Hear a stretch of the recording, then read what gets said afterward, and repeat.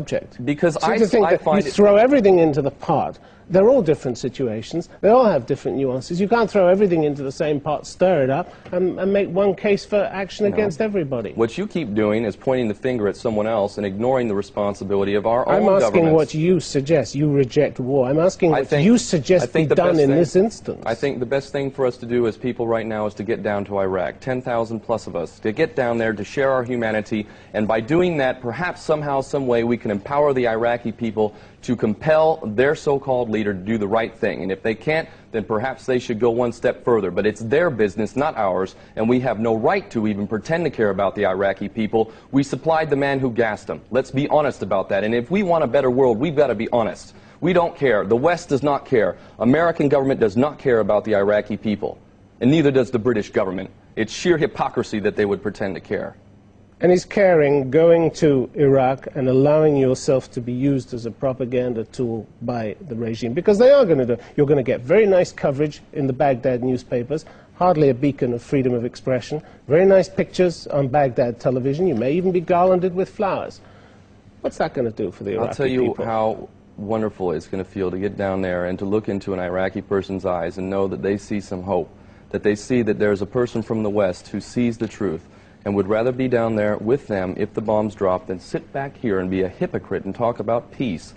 I think that that'll be one of the most enriching experiences of my life. You could have looked into an Iraqi exile's eyes here in London, somebody who had to run for his life. Where I lived in Holland, I lived with a man who has family who died in Halabja from the gas attacks. He's shown me a videotape. This man respects me and I respect him. I've also become friends with a man who spent 7 years in an Iraqi prison, 4 years in solitary confinement. This man respects me and I respect him. I'm doing what I feel is best, and I am standing with the Iraqi people, and no one in their right mind could equate me to supporting Saddam Hussein. But I can't stop people from saying that sort of rubbish.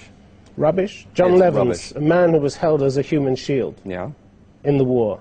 He said, I asked Mr. Nichols to desist from using that description, human shield. It's an insult to the suffering of those people and their families that they went through.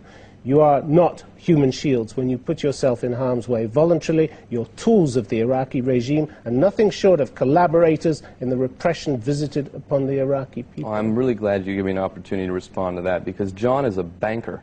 And he was down in Kuwait to make money. And I've seen pictures of John. He was used as a human shield. Let me respond to what he said.